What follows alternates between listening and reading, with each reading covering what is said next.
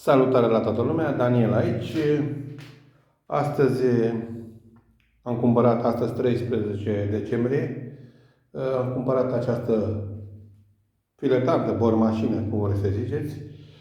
Eu vreau să iau pe cea cu impact, dar nu am mai găsit-o și am luat-o pe asta.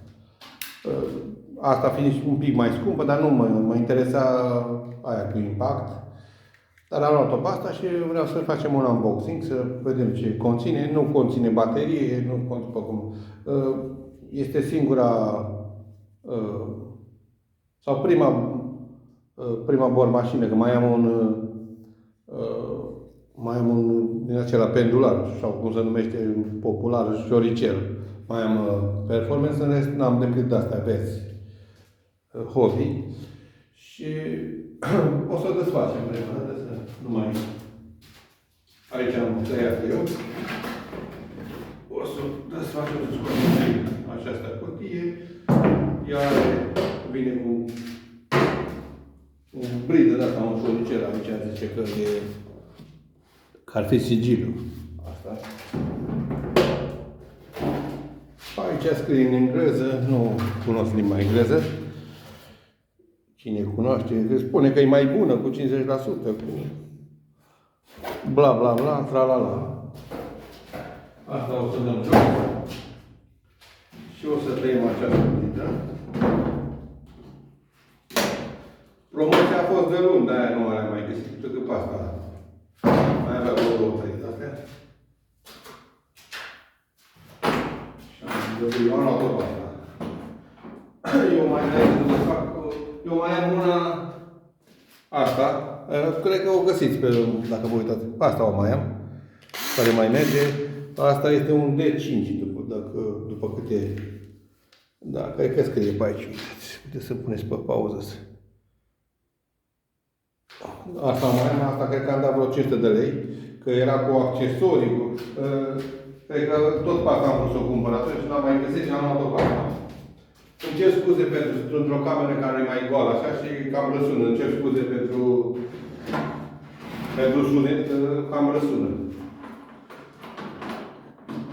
Să vedem ce avem aici.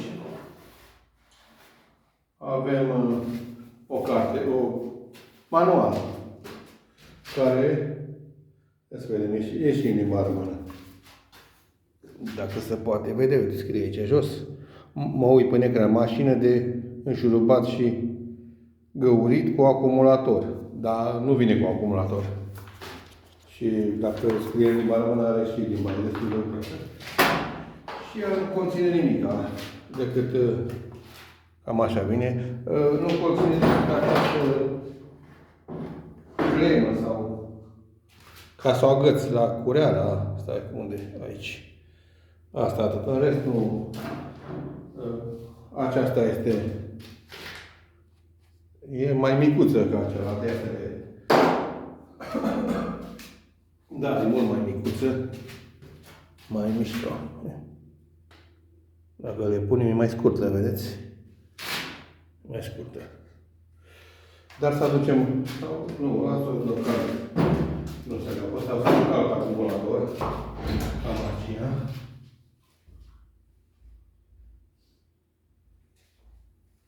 O să pun acest acumulator de 4 amperi.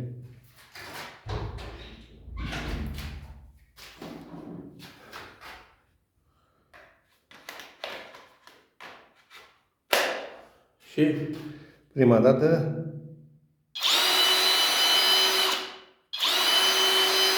da, se aude mai altfel față de asta. Asta se aude altfel.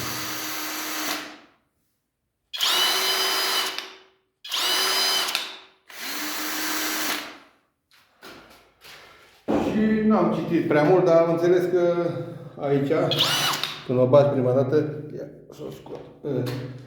Când o bagi prima dată, îi bagi bateria, uite, licăie. Ăsta am înțeles că merge și cu aplicația cu Bluetooth.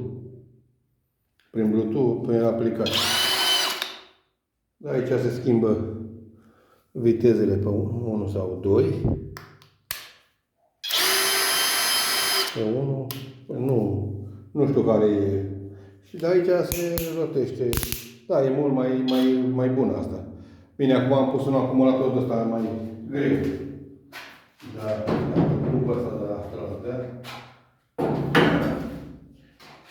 Eu pe ăștia de 2 amperi am luat cu sculele. Da, e mult mai ușurică asta. Păi nu știu ce să vă zic prea mult. Modelul este... Nu știu dacă v-am zis modelul. Nu uitați modelul aici. Este... Stai să mă uit pe ecran să vede. PABSP 20 li C4. Și aia era de 5 parcă.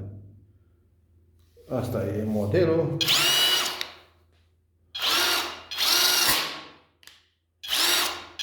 Da, am mai vrut să o iau de mult, dar acum vreau să iau pe aia mult mai mult, pe cea cu impact. Dar e mult mai, se vede și LED-ul și LED-ul ăsta luminează mult mai... Nu, uitați. Diferență de LED. La asta și la asta, uite. E mult mai puternic la asta, într-adevăr e. Bine, nu se compara cu cele Milwaukee, cu alte branduri, nu se compară, dar se simte că motorul face altfel, fiind un motor brushless, scrie și aici, e altceva. Stânga-dreapta, dar aici cam asta, o să-i montez, se poate monta acea clemă. Uitați cum e la asta. Cum e la asta acea clemă. Se poate monta și pe stânga și pe dreapta. Are șurubul aici. Și se poate monta și pe partea asta. Cum vrei. Da. Îmi pare rău că n-am găsit-o pe aia cu... Că eu am... O să vă aduc să vă arăt. Cred că v-am arătat-o. Numai un pic.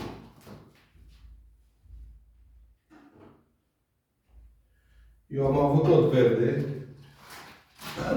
Aceasta cu impact. Aceasta cu impact. Și nu mai merge.